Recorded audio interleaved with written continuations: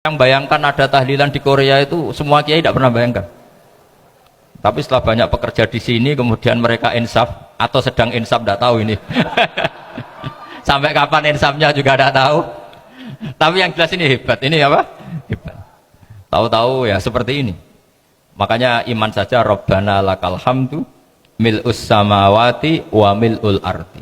Masih ditambahi wa mil'u ma syi'ta min syai'in ba'du. Karena Allah itu zat yang tidak terperikan, zat yang tidak terbatasi.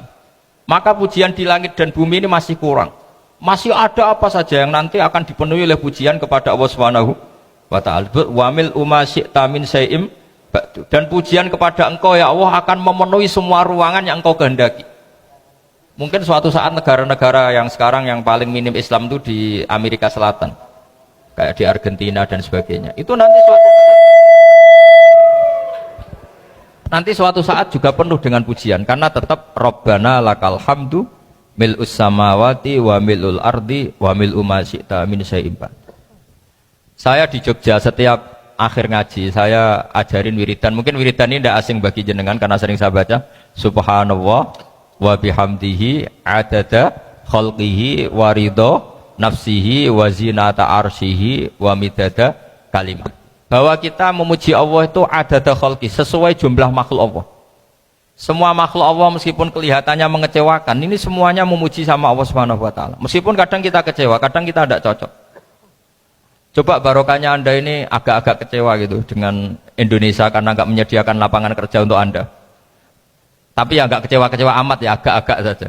Karena Anda tetap semua mencintai Indonesia. Gara-gara agak-agak kecewa cari negara lain. Akhirnya di Korea, ada yang di Jerman, ada di Inggris.